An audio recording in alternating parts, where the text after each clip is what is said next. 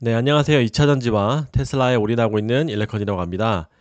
오늘 하고 어제, 그제 이렇게 코스닥의 대표 종목인 에코프로 그룹과 에코프로 BM을 특히 에코프로 그룹이라고 하죠. 이런 쪽에서 에코프로 머티리얼즈를 비롯해서 코스닥의 붐업과 함께 엄청난 시세 상승을 보여줬습니다.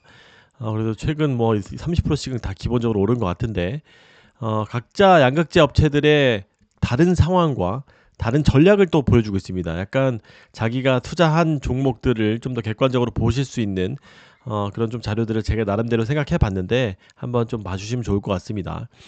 양극재 업체들의 공통적인 상황은 엄청난 리튬의 본질적인 상승이 일어나지고 있습니다. 3년 전 상승과 조금 다른 구조는 가지고 있는데 요거 말씀드리기 전에 어떻게 보면 자신의 최고 비중이 아닌 제가 며칠 전에 요거는 비공개 채널로 여러분들한테 이 멤버십 회원들한테 공유를 하고 있는 채널인데 이 자신의 최고 비중의 종목이 아닐 경우에도 질투할 수 있지만 이런 마음가짐은 아니 된다.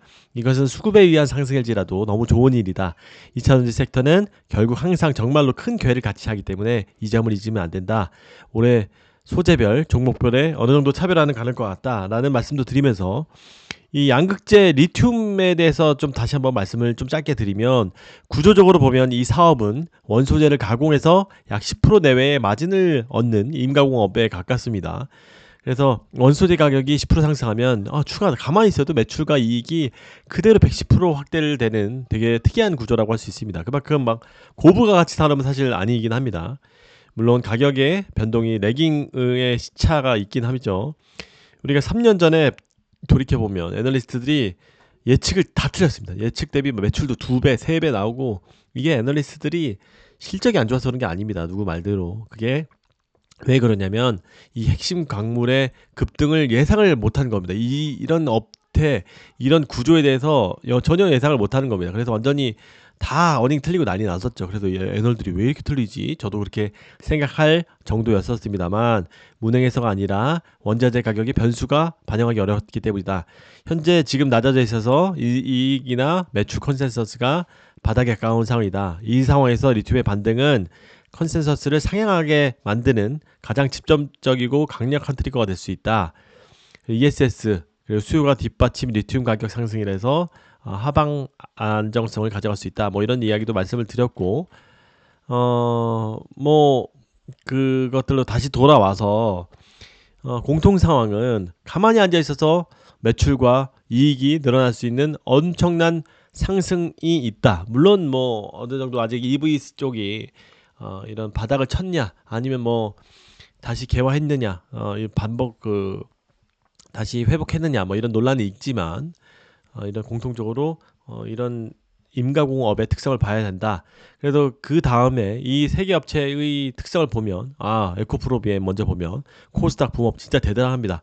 에코프로 그룹의 인기는 에코프로는 진짜 여기 완전히 탑이고 사실 3년 전 광풍도 에코프로를 기점으로 했었잖아요. 수급의 1인자 개미들이 엄청난 테맛이 예상을 뛰어넘는 이런 항상 상승폭을 보여주고 있습니다. 하이니켈 주력으로 잘 하고 있고요. 근데 이쪽에서의 약간 전략이 이쪽이 전고체 LFP를 사실 좀 늦었어요. 상대적으로 LNF가 이번에 저 빨랐었고 근데 전고차 약간 하이니켈을 워낙 잘하던 이런 삼원계 쪽에서의 강자인데 LFP를 할지 아니면 LFP를 약간 지금이 LFP가 주력으로 될 건지 원래 3원계 우리나라의 예상이 LFP는 시장성이 그렇게 크지 않고 전부 다 3원계로 바꿀 것이라고 예상을 했었는데 그것이 보기 좋게 틀렸잖아요. LFP가 전기차의 점유율을 굉장히 많이 잡아먹을 정도로 MS를 차지했는데 얘네들도 지금 여태까지 그런데 앞으로도 그럴까? 이 로봇도 나오고 뭔가 UAM도 나오고 하면은 그것이 맞을까? 뭐 이런 여러 가지 걱정을 하고 있는 것 같습니다. 전고체 테마 이런 쪽도 이런데 역량을 집중할까? 아니면 LFP에 뒤늦었지만 할까? 이런 고민을 하고 있어서 확실히 물론 파일럿으로는 하고 있지만 공식적으로 크게는 안 이야기하고 있습니다. 이쪽에 기대할 바는 CATL의 유럽 공장을 기반으로 해서 공급이 반전 카드가 될 수가 있습니다. 사실 가동률이 그렇게 좋지 않은 상황에서 왜냐면 SK 온 쪽하고 포드 쪽에서의 직격탄을 맞은 것들이 제일 크게 영향을 받고 있어서, 물론 BMW나 삼성 SDI 그런 합작하고는 잘 그나마 되고는 있지만 포드 쪽이 너무나 뼈아픈 상황이기도 합니다. 그래서 가동률이 예상치에 비해서 너무나 안 나오고 있는 상황이긴 합니다. 30% 40%대. 근데 CATL이 CRMA 유럽의 영내 생산법에 이 공급을 하게 되면 가능성이 제일 높죠. 반전 카드가 될 수 있다. 그래서 좀 저가 수주도 사실 삼성 SDI ESS 부분도 1차적으로 중앙 계약을 했었죠. 그리고 이번 2차에도 이번에 NCA로 할 것 같은데 이 에코프로 BM 거를 쓰는 거죠. 근데 또 여기의 장점은 로봇 테마 전고체를 또 가져가고 있습니다. 이 테마를 많이 가져가고 있습니다. 워낙 기술이 좋은 만큼 로봇 산업 속에서는 NCM 3원계가 당연히 이 심장 부분에 무게를 또 결정하는 거고, 고효율 배터리가 훨씬 더 좋기 때문에 이 LFP 배터리보다, 그래서 이쪽에 전고차 테마도 가져갈 수 있는 부분이 있다.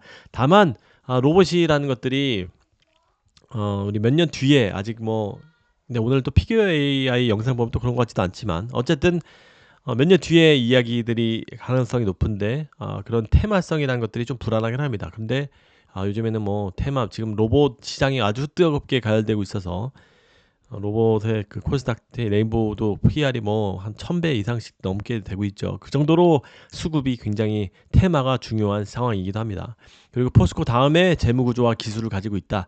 그래서 축구 선수로 보면 박지성처럼 기술도 좋고 재무도 어느 정도 안정적이고 전고체도 있고, 뭐 이게 약간 팔방민 그런 느낌으로 보시면 좋을 것 같습니다. 포스코 퓨처엠, 내가 포스코 퓨처엠 갔다고 하면 이쪽은 사실 기술이 그렇게 좋지는 않습니다. 상대적으로 3사에 비해서.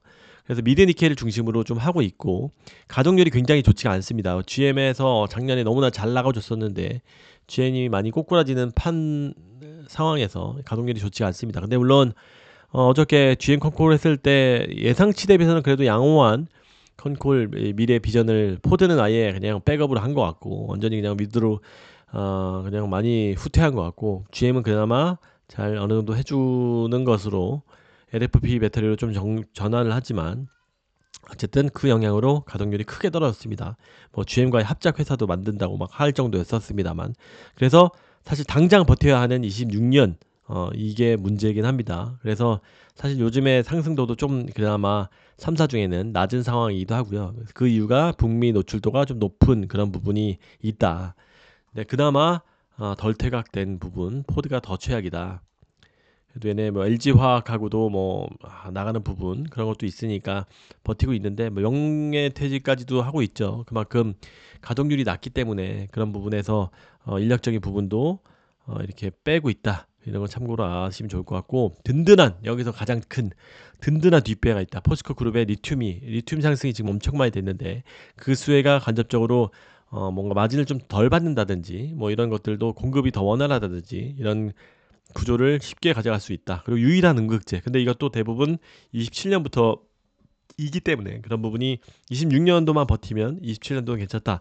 그리고 이제 뭐 배터리 자체가 우리가 3년 PER을 끌고 오기 때문에 이제 당장의 올해 실적은 사실 뭐 실적 발표만 좀 무사히 넘기면 27년도, 28년도 실적을 바라보고 있기 때문에 그런 부분은 좀 그나마 양호한 상태이기도 합니다. 그리고 시작하는 ESS, 어쨌든 ESS 좀 늦었지만 중국계 피노하고 CNGR하고 같이 해가지고 시작했죠.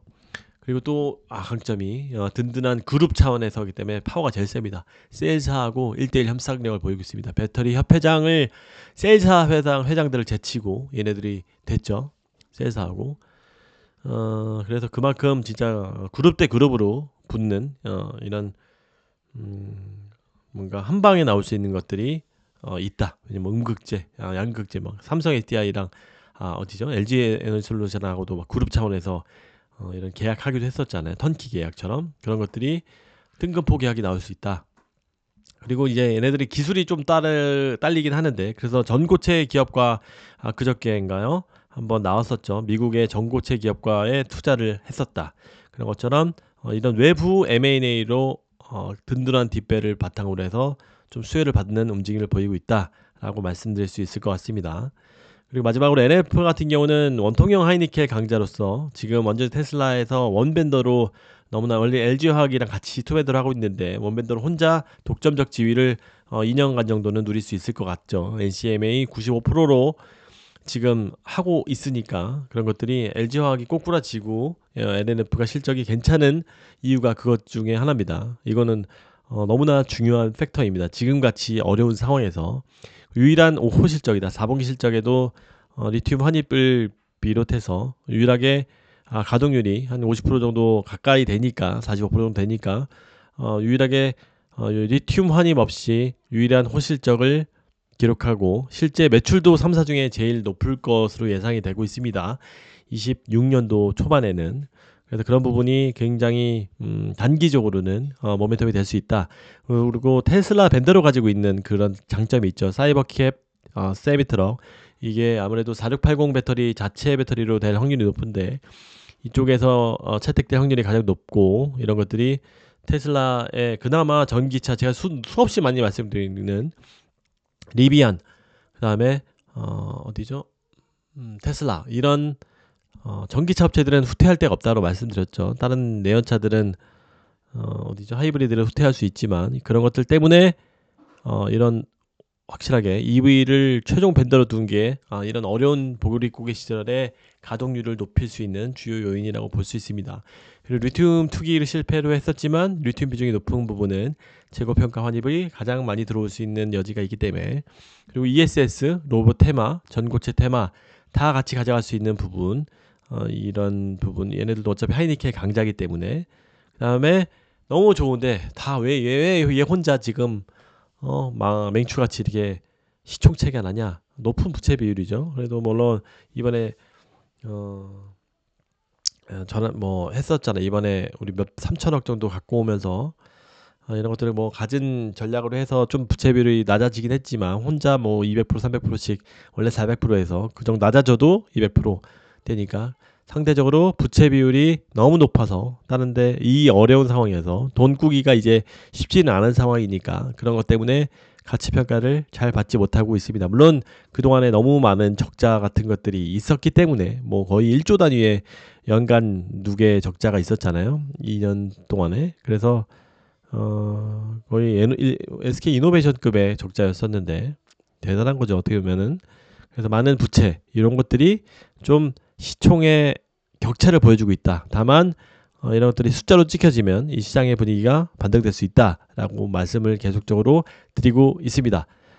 그래서 오랜만에 그래도 코스닥 수급이 들어왔고 지금 이게 뭔가 아직 펀더멘탈로 된 건 아니고 솔직히 ESS의 기존 테마하고 이 로봇 테마라는 것들이 강력하게 붙어주고 이 코스닥 테마가 같이 붙어준 것은 너무나 감사한 일이다 라고 말씀드리면서 이 순간을 좀 초조해하지 마시고 좀 즐기시면 좋을 것 같습니다. 또 이게 뭐 펀더멘탈은 아니니 어느 정도 또 조정 기간이 오겠지만 여기서 상승기에 뭔가 비중 조절이라든지 잘 하시면 좋지 않을까라는 생각이 들면서 마무리하겠습니다. 감사합니다.